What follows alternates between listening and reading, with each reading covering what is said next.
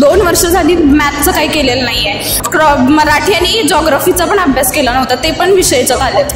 आणि सर म्हटले की आम्हाला पेपर द्या म्हणून. आम्ही कसा पेपर द्यायचा? आमचं क्रॉप सायन्स हे सब्जेक्ट होता की आम्हाला क्रॉप सायन्सच्या ऐवजी मराठी आणि जॉग्राफी हा सब्जेक्ट दिलेला आहे. सर म्हणले की आमच्या कॉलेजमध्ये थोडासा क्रॉप सायन्सचा प्रॉब्लेम आलेला आहे, सो तुम्ही मराठी आणि जॉग्राफीचा हा पेपर द्या. आमची साईन पण व्यवस्थित नाही आहे, सगळे फेक आहे. माझी ती साईन पण नाही, माझा तो फोटो पण नाही. मी सबमिट केलेला फोटो साईन तो पण लावलेला नाही.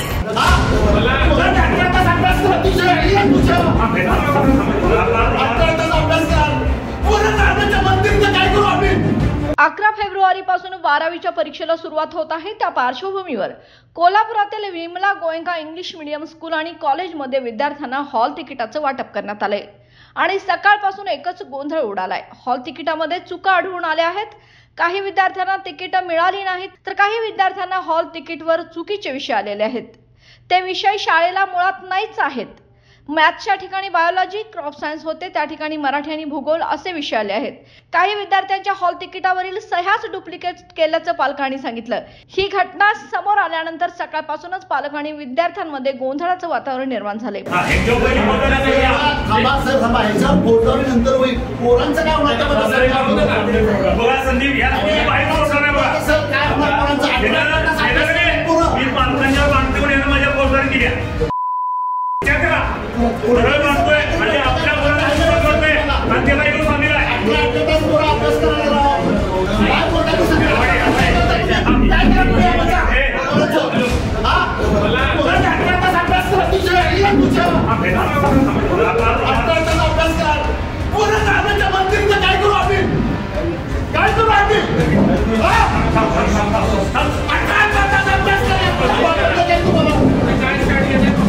सोबत या शाळेतले काही विद्यार्थी आहेत ज्यांच्या हॉल तिकीटवर अशा प्रकारचा गोंधळ आपल्याला पाहायला मिळतोय.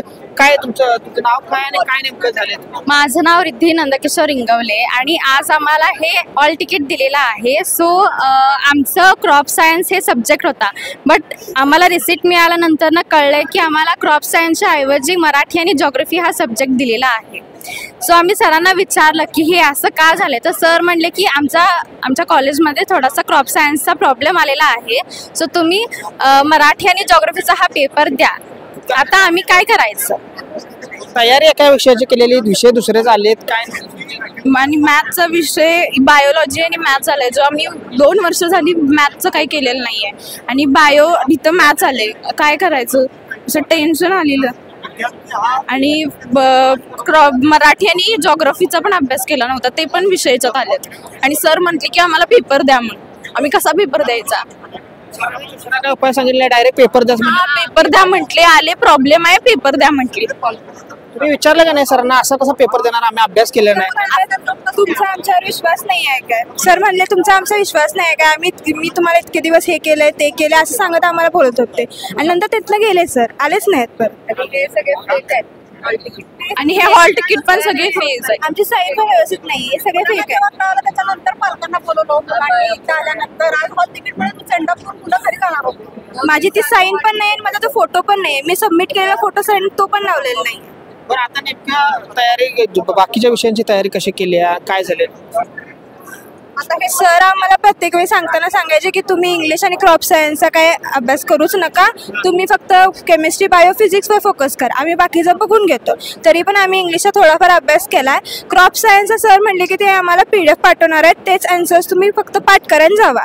त्यांनी अजून PDF पाठवलेलं नाही आहे. आम्ही 2-3 दिवस झाला प्रॅक्टिकल चालू व्हायच्या आधी आम्ही सरांना भेटत होतो. सरांना आम्ही विचारलं की सर तुम्ही आम्हाला PDF पाठवा, आम्ही आता चालू करतो, पेपर या लागल्यात लवकर. तर सर म्हणले टेन्शन घेऊ नका, आम्ही पाठवतो, अजून पाठवलेलं नाहीये. क्रॉप सायन्सच्या बुकची कुठली बुक घ्यायची ती पण सांगितली नाही, आम्ही स्वतः जाऊन आणले. आम्हाला 11th पण त्यांनी क्रॉप सायन्सची बुक सांगितली नव्हती. तेव्हा नंतर त्यांनी सांगितलं की सगळेजणी ग्रुपमध्ये एक बुक घ्या आणि त्याचा अभ्यास करा. त्याचा पेपर पण सरांनी नीट घेतला नाहीये आणि तो पूर्ण सब्जेक्ट आमच्यासाठी वेगळा आहे, त्याच्यासाठी लेक्चर पण लावले नाही आहेत त्यांनी. आता हा विषय नाहीये म्हणताय आणि सुरुवातीला जेव्हा तुम्ही ऍडमिशन साठी आलेला त्यावेळेस सांगितलेलं का हा विषय आहे या शाळेमध्ये म्हणून सांगितलेला. सर ते स्वतः म्हणले की तुम्ही क्रॉप सायन्स घ्या, कारण का तुम्ही क्रॉप सायन्स घेतली की 200 मार्काचा सब्जेक्ट 120 मार्क तुम्हाला प्रॅक्टिकलला भेटतात, फक्त 80 मार्काचं लिहायचं असते, तुमच्यासाठी सोपं आहे म्हणून तुम्ही घ्या. आम्हाला त्यांनी स्वतः हे सांगितलं. बघितल्यात आपण या विद्यार्थ्यांच्या इथल्या प्रतिक्रिया, यांना देखील कुठेतरी 12वीचा पेपर 2 दिवसांवर आलाय, विषय वेगळे आहेत, जो विषय नाही तोच हा विषय शाळेमध्ये आहे असं सांगण्यात आलेले आहेत. यांच्या कुठेतरी भावना, संतप्त भावना आणि कुठेतरी भेदरलेल्या अवस्थेत हे विद्यार्थी आपल्याला इथं पाहायला मिळत. नेमकं जर एकंदरीत जर पाहायला गेलं तर या शाळांमधला गोंधळ, एवढ्या मोठ्या शिक्षण संस्थेतला गोंधळ अशा प्रकारे लोकांच्या माध्यमातून, या विद्यार्थ्यांच्या माध्यमातून समोर आलेला आहे. विमला गोयंका ज्युनियर कॉलेजमध्ये 12वीच्या परीक्षेला जे विद्यार्थी बसलेले आहेत त्यांना घेऊन प्रचंड गदारोळ उलटलेला आहे. काही विद्यार्थ्यांना अजूनही रिसीट मिळालेलं नाही. मंगळवारी 12वीचा पहिला पेपर आहे, तरीसुद्धा आज अखेर काही विद्यार्थ्यांना रिसीट मिळालेल्या नाहीत. काही विद्यार्थ्यांचे सब्जेक्ट बदललेत, म्हणजे बायोलॉजी द्यायच्याऐवजी मॅथ्स टाकलंय, मॅथ्सच्या ऐवजी बायोलॉजी टाकलेलं आहे. रिसीट डुप्लिकेट आलेले आहेत आणि याच्यातले जवळपास 50 विद्यार्थी, म्हणजे पटसंख्या 120, 50 विद्यार्थी, या 50 विद्यार्थ्यांची फी गोळा केली. एकूण 70 विद्यार्थ्यांची फी जमा आहे, 50 विद्यार्थ्यांची फी आज अखेर जमा झालेली नाही, म्हणून बोर्डाकडनं त्यांना कदाचित चुकीच्या पद्धतीची रिसीट आली असतील. हा सगळा प्रकार लक्षात घेऊन आज काही माझ्या पत्रकार मित्रांनी याच्याबद्दल मला विचारलं. आम्ही आलो आणि हे प्रकरण समजून घेतलं आणि या जे अध्यक्ष आहेत बोर्डाचे क्षीरसागर साहेब यांच्याशी आम्ही चर्चा केली आणि याच्यावर लगेचच उपाय करूया या उद्देशानं ज्या मुलांचे सब्जेक्ट बदललेले आहेत अशांचे फॉर्म पुन्हा एकदा भरून बोर्डाकडे देऊन त्यांच्या रिसीट मिळवून द्यायसाठी आम्ही प्रयत्न करतोय. आणि मंगळवारपर्यंत जो पहिला पेपर मंगळवारी असणार आहे त्याला सगळ्या विद्यार्थ्यांना रिसीट मिळेल, त्यांच्या सब्जेक्ट प्रमाणे त्यांना परीक्षा देण्यासाठी संधी मिळेल, अशा पद्धतीची यंत्रणा आज आम्ही इथं राबवलेली आहे आणि मला खात्री आहे की नक्कीच याच्यामध्ये यश येईल. या सगळ्या गोष्टीला फॉलोअप अत्यंत महत्त्वाचा आहे. फॉलोअप घेण्यासाठी पालकांच्या 5 जणांची एक टीम आम्ही तयार केली. ती सातत्यानं बोर्डाचे जे काही अध्यक्ष असतील तसेच या विमला गोयंकाचे सेक्रेटरी असतील यांच्या संपर्कात राहून पेपरची जी काही आपल्याला व्यवस्था करायची आहे, पुरवण्या करायच्या आहेत याच्या संदर्भात भूमिका घेतील आणि मंगळवारी मी खात्री देतो की सगळ्या विद्यार्थ्यांना त्यांच्या सब्जेक्ट प्रमाणे परीक्षा देण्याची संधी मिळेल. जय हिंद.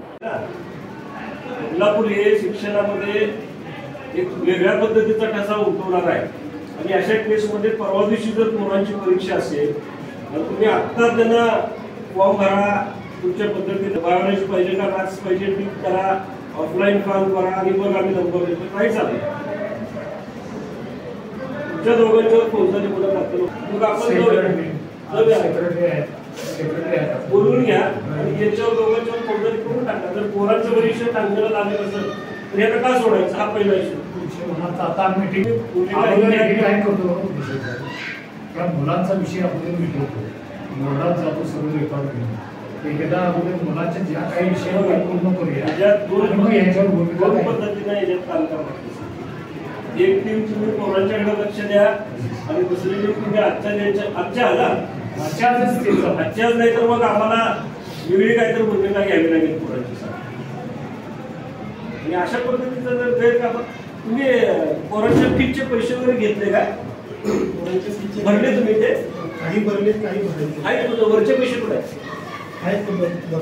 आता म्हणजे परवा 12वीच्या पेपरचा परवा दिवशी पहिला दिवस आहे, तुम्ही आता पैसे भरणार पोरांचे? काही भरलेले आहे पण काही का भरले नाही? काही भरले ते समजलं ना. 100% पोरांचे तुमच्याकडे पैसे आले तुम्ही भरले ना, असा अर्थ झाला. चोरी केली तुम्ही. पोराचं नुकसानाला जबाबदार कोण राहणार? पोराचं नुकसान होणार नाही याच्यामध्ये. आता तुम्ही मॅथ्सचा अभ्यास करणार का बायोलॉजी सांगा. कॅमेरामॅन केतन सह मी रविराज, तारा न्यूज, कोल्हापूर.